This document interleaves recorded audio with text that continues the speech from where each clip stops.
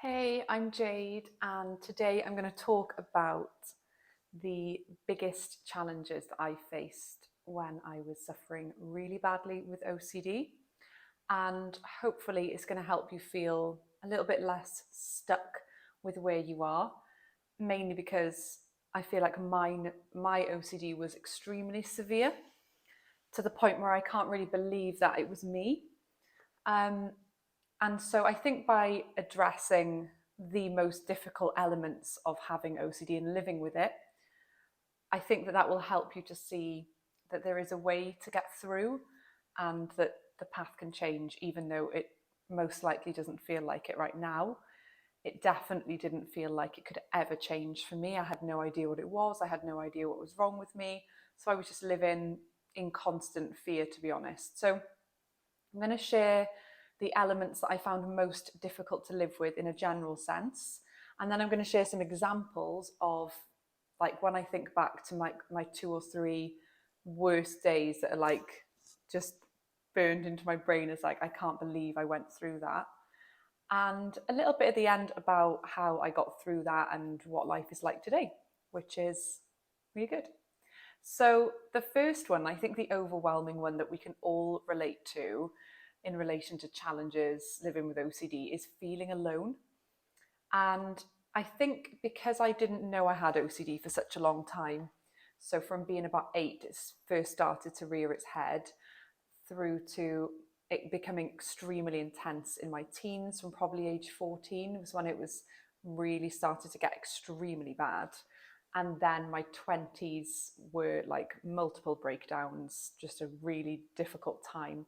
And only really finding out about what even OCD was in my late 20s. So it's only been 4 years since I even knew what OCD was, which is like mind blowing if you consider that I'm 34 and I've had OCD my whole life. You know, you just can't believe it. And like before I jump into this, like that is what for me is the most heartbreaking about the lack of awareness of OCD. I don't ever feel angry about people who don't understand it, because if you don't understand it, you don't understand it. You know, it's as simple as that. And using the terminology incorrectly is typically not meant with malice. It's just naivety and ignorance, and that isn't really the fault of the person. I do say quite often that I actually used to say I'm so OCD about tidiness, and I had no idea what it was. So feeling alone and, this idea that people could be suffering with no idea what they have and just thinking it's real or thinking there's something wrong with them. It breaks my heart to think that people would be misdiagnosed with other disorders or being treated with just pure anxiety. I know that I had quite a few therapies applied to me that definitely sent me in the wrong direction. All well meaning people that I'd been working with, but doing their best with what they had, but certainly not helpful for the journey I was on. I really did need someone to sort of help me see that it was OCD. So the feeling alone feeling is really strongly linked to that, because when you don't know what's wrong with you, there's no reference point. You're just suffering. You like it's obviously a compulsion to look at other people with the same disorder and like think, oh, it's okay, they've got that too. But when you don't even have that and you're just sort of free floating through this horrific time and you're thinking, I, I just don't know what's wrong with me. And any symptom that you express to anybody and explain to them what's going on for you, you're obviously unable to articulate that because you don't know what it is. So how do you, it's hard to explain OCD when you know what it is and you're educated on the topic. But saying, oh, I just have all these upsetting thoughts, I have these weird thoughts, they're really distressing, and I have all these urges and impulse and just whatever it may be for you, people looking at you blankly. And I remember feeling most alone with things like this. So I dreaded holidays because I couldn't avoid triggers on holiday. There was nowhere to escape. I couldn't plan my whole day, and I never knew what I'd be confronted with throughout the day. And food's always a big part of holiday. And a big symptom for me was I had no appetite. So if people would say, oh, you're going anywhere nice this year? like if I was like, oh yeah, no, we're going to Italy, but I quite enjoy being at home. They're like, what's wrong with you? That's so weird. And like just little things like that all the time where you realize like you're not like everyone else. And even just tiny things like being a mum, when I had my first daughter, and people would say things about the experience of having a baby, like, oh, isn't this part magical? Or just all things that I couldn't relate to. I would just walk along just feeling completely alone. Like whoever I was with through my 20s, I just remember thinking like, I'm weird, you don't get me. So one of the things that I've appreciated with being in like a bit more of a community with other OCD sufferers over the years is just that feeling of being alone just goes quite quickly. So I haven't experienced that for a very long time. Even when I was still suffering a lot, I met some incredible people in a WhatsApp group that I was in, who still I'm in contact with today, and just instantly didn't feel alone. Um, and yeah, I don't really need that much support. I don't need any support really in terms of OCD today. So I don't use the WhatsApp group, but just it was just such a support knowing that there were other people who were like doing the same journey as you and got it. It was just nice.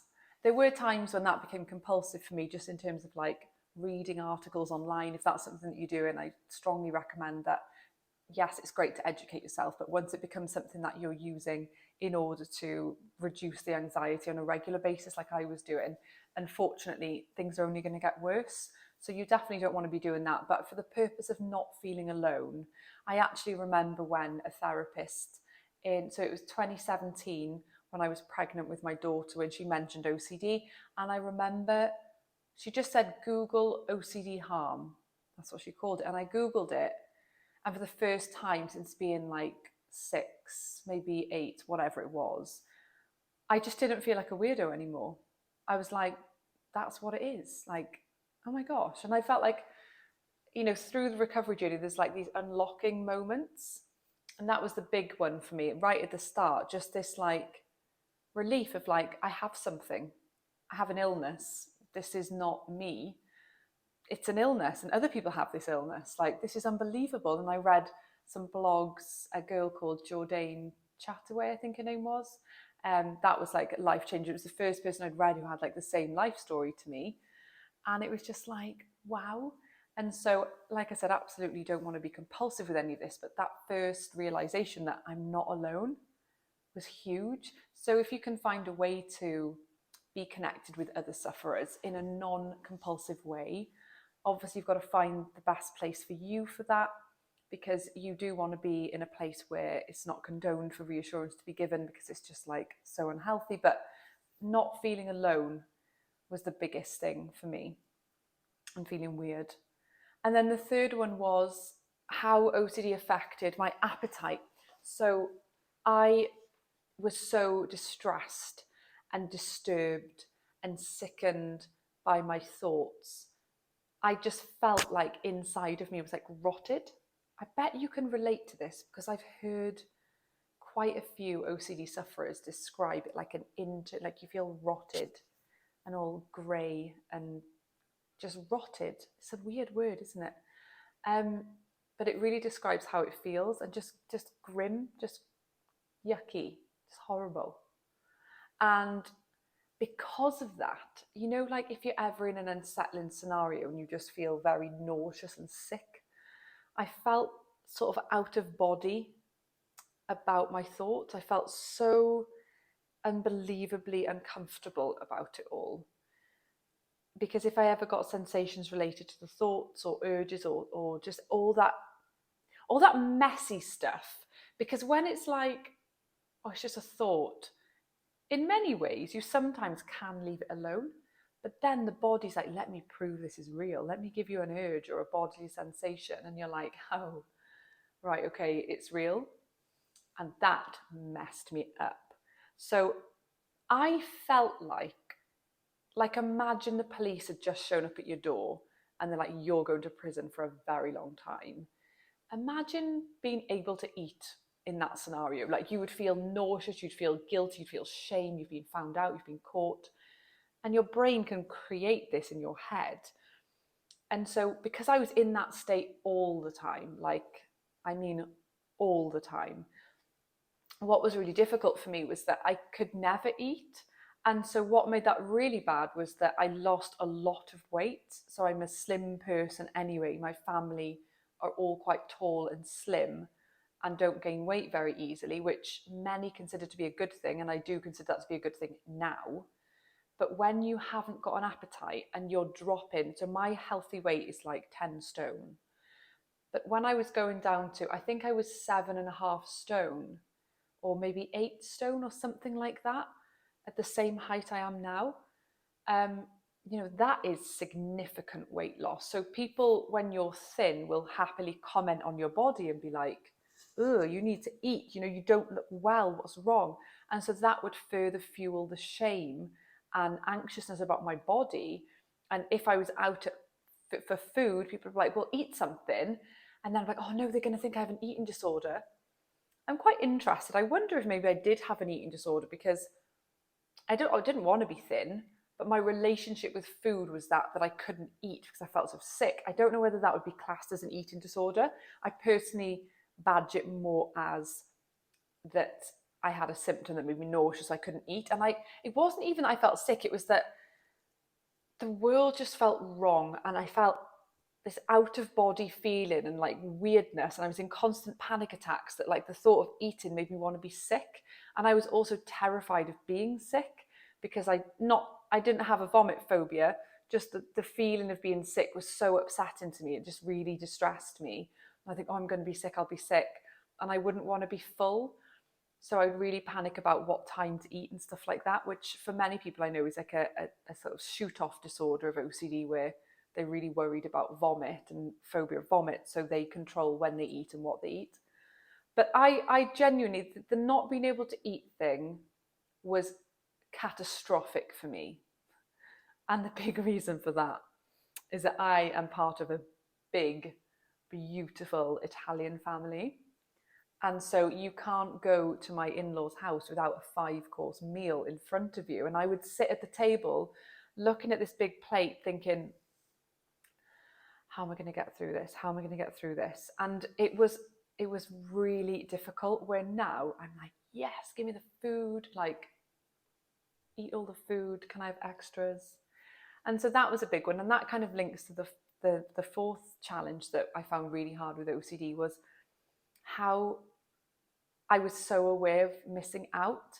I remember, because me and my husband, we've got like a really nice group of like his cousins and their partners, and like our friends and their partners, and we would go out for like dinners quite often, and it would be really fun. Like we'd have drinks and like just see where the night went. And when my OCD was really bad, it was just like I would be getting ready, but I'd be so panicked about the fact that it was a meal involved and I'd have to sit at the table and eat, that I would get in a frenzy. Now, with what I know now about rational thinking and how shame works, I think I could have got over that better now, because in reality, the fear was rejection among my peers, because if I didn't eat, what would they think of me? Whereas today, if I didn't want to eat, I'd be like, I'm not having anything, I'm having a drink. You guys carry on. And they'd be like, whoa, whoa, whoa. And I'd be like, guys, leave it alone. It doesn't matter. It's fine. I'm not eating. But back then, I would be so conscious of it. And because of my weight, that it would just overtake me. And I'd be so panicked that last minute we'd be just getting out of the door. And I would be literally like, I can't go. I can't go. And I would just bail out. And it would be such a shame. My husband, because he'd be all excited, we'd be all ready. And I just like, and it wasn't even like I was bailing. I just physically couldn't leave the door because of how upsetting this all was to me. And so when I reflect on that, and also family times where I was just too triggered to go, and just because I was living in avoidance, it felt like the right thing. Like, oh, why would they want to do this? It's so stupid. And OCD does make you believe, because you get a little bit angry at people for organizing things that trigger you. This is a sneaky one. So you can find yourself going, oh, why would they want to why do they want to have a barbecue? I mean, maybe you've got fear over meat and contamination and germs and stuff. Why would they want to have a barbecue? It's so stupid. The weather's not that good today. Why would you do that? Oh, it's going to rain, looking at the forecast, encouraging them not to have a barbecue. That's the OCD convincing us and stripping out the fun from everything. And when you come out the other side, it's like, that was wild. Like, all that stuff was really fun and I missed it. And I do still have a little bit of pain over things that I've missed. Like, I've got some nieces who are moving more into being teenage years now. Because I hated going on holiday, I would always like avoid stuff like that. And like, I feel like now I've sort of missed some of their younger years, which is like a bit sad. But it doesn't overwhelm me. It just feels like a shame. Feels like my 20s were a difficult time. That's a real shame. And then I want to mention something that I was asked. I was asked a question previously about this as well, with someone who was struggling with like the love relationship intimacy side of things, and how did it affect me? It definitely affected my relationship. When I met my husband, which was basically like 14 years ago now, I was very much in a place in my life where I was just like out partying and stuff. So I wasn't really consciously looking at the OCD. And so, yeah, it was like, in terms of the fall in love thing, it was quite like a head over heels thing for me, and like all in, but I was very young. Um, in terms of intimacy, like, and the relationship and whether I talked about this, well, no, not at all. Not for like 10 years, because I didn't know I had it. So I would just have massive breakdowns, sleep all weekend. My husband's really into like downhill mountain biking and stuff like that. So he wouldn't really notice too much, I guess, because we might do something in the evenings, or I would do my own thing in the day and he might be out on his bike. So it would just appear to everyone in the world that I was just having a hangover weekend and sleeping. And so I was very much locked in avoidance for quite a while. When OCD got really bad, I remember specific incidents where the thoughts became overwhelming, that like with intimacy stuff, I would just like physically couldn't.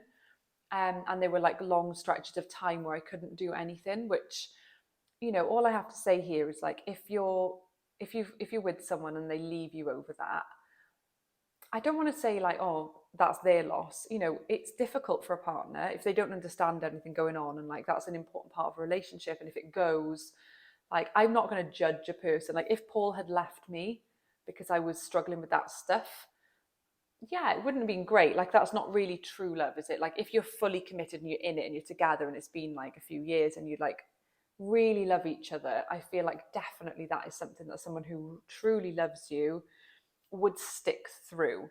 But if it's a relatively new relationship and that side of things is still quite a big deal and you're not particularly close, I could see why someone may not be able to get their head around it and not be in it. So I don't want to judge partners who can't hack that stuff, especially when they don't understand it and they're not being spoken to. And I do think that, like, if a relationship is right and meant to be, not meant to be like fate type thing, but if it's going to work, like, think difficult times like that, you're going to kind of go through. So certainly with my relationship, when we had those periods where things were challenging with intimacy, my husband's always been really good. He's been a very healthy person for me during illness and recovery, because he knows when to hang back and he knows when to support. So he wouldn't badger me with like, well, what's going on? Why is this like this? This isn't on. He would just sort of like, she needs a bit of space. I'm not really going to talk about this for a while, but he would like bring it up during a relevant occasion, and he would like kindly support me and promote me to do things to get me better. But he understood without even being told that it was my journey. So he's a very good partner in relation to like illness and recovery. And how open was I with him? So once I did learn about OCD, I educated him. We had a few conversations, and I was like, I really need to talk to you. I've got a therapist. I've learned about OCD. Can I talk to you about it? And he was really open to listen. He read some articles. But what's great with him is he's by nature not a compulsive person. So he was really good at just leaving it alone. And, areas we've clashed in the past is I love talking. And sometimes he's just like, yeah, cool. And I'll be like, why are you not listening to me? Let's talk. And so it really helped, because if I was becoming compulsive, it was his natural instinct to be like, we're not talking about this right now, and be quite firm. And so that helped a lot. So yeah, now that I have recovered from OCD, the intimacy stuff is never, just doesn't come up anymore. And then, so yeah, intimacy and love, like, yeah, I mean, if it's ROCD, that's a different story, but I know that this person's question wasn't actually about ROCD. I suffered very badly with ROCD, and I, in the lead up to our wedding, like 4 times was like, I can't get married to you, like this is insane, I can't get married. And then I'd put the ring back on. Like, the poor guy, I mean, he was just like, what is going on? I don't want to marry someone who doesn't want to marry me. So it was a little bit wild with ROCD, but that's all a lot better now. ROCD nips at me, but sometimes I reflect on the fact that maybe some of these things are just like actually real, and you think, well, that's not the worst thing in the world, and I'm just at peace with the fears. So it doesn't really bother me that much these days. So just to finish, how did I get better? So an insanely higher number of exposures than I ever imagined. And I've said this so many times, and I'll say it again. If you're still scared to do it, you need to do more exposures. If you're asking the question, should I do more exposures on this one? Yes, because it wouldn't be an exposure if you didn't, if you were asking that question. So even today, if I ever feel like a residual background, almost like a memory of trigger, and think, oh, do I want to go there? I go immediately, because it's like, go towards it. Because if I listened for a second to that stuff and didn't, it would end up a trigger again, and it would end up becoming a fear. So it's like, why are you even asking me that? Of course we're going. Like, why would you ask that? And yeah, working on unconditional self and life acceptance, which is a meaty topic that you should really like watch more videos on this channel. I did a video on OCD self and life acceptance, unconditional self and life acceptance. I don't know the best way to search that, but if you really want to watch it, I'm sure that a moderator can link it if you comment that you'd like to see that one, because I went into a lot of detail about what it is, what it isn't, and how it really helps. Because what I found was I could expose myself as many times as I wanted, but if I was still scared of the thing that I was imagining might happen, like I talk a lot about a simple one for me that was, what if I get sick from raw chicken? And so then ridiculously overcooking chicken, like a super basic example. Well, what happens if I do get sick from chicken? It's not good. I don't want it. And that's the key thing. We're not saying we want it. We're not saying it's good. We're not agreeing with it. We're just saying, let's work out a way to view this fear the same way someone without OCD views it, which is, I wouldn't want that. But I'm not stressing about it. I'm not obsessing about it. I'm not wondering if it's me. And OCD is a disorder. Okay, it's not normal to have this. Like, it's not that we're abnormal. It's just, oh, everyone gets intrusive thoughts. Yes, but they don't latch. They don't cause immense anxiety, and they don't cause us to rebuild our whole life around it. So unfortunately, it is a disorder, and we have to have unlocking mechanisms to work out how to unlock it. And so for me, exposures, uncertainty, educating myself about OCD, what it was, how it worked. And the last piece was just an unbelievable amount of motivation and determination. Unfortunately, there's no quick fix with OCD recovery, especially if yours is severe like mine was. And it's really easy to give up and say, oh, this is the best it can get at many, many stages. And I often did. But it takes so much more grit than I had thought, which is just so, yeah, it just took so much energy. And what makes me sad and what makes me want there to be a proper cure is that if you're not, like the idea that not everybody will get better, like the same way if someone's a runner and they want to run a marathon, but they don't put the training in for whatever reason, it's like sad, it's a shame, it's like heartbreaking because of how hard it is, it's not like, oh yeah, just take this pill and then everything's going to be great. I mean, obviously for some, medication alone can work wonders, and that's great. But that's really heartbreaking for me. It's just, and that's the one thing I want to stress today, because I got to a point where I was like, nothing will be as horrible as living in this hell that I've been living in. So why not just, if I'm going to be in like an awful place anyway, why not have it be towards recovery? And that gets really hard as you start to get better, because if you get pockets and moments of happiness, it's like, oh, why would I want to ruin it all again by being triggered? So I hope that has been really useful for you, and I hope that helps you feel less alone with your challenges with OCD. And if there's any comments you have, just comment below this video, and give us a like and a subscribe, of course. And then I will, if there's any questions that come up, I'll look to cover them in a future video. Thank you.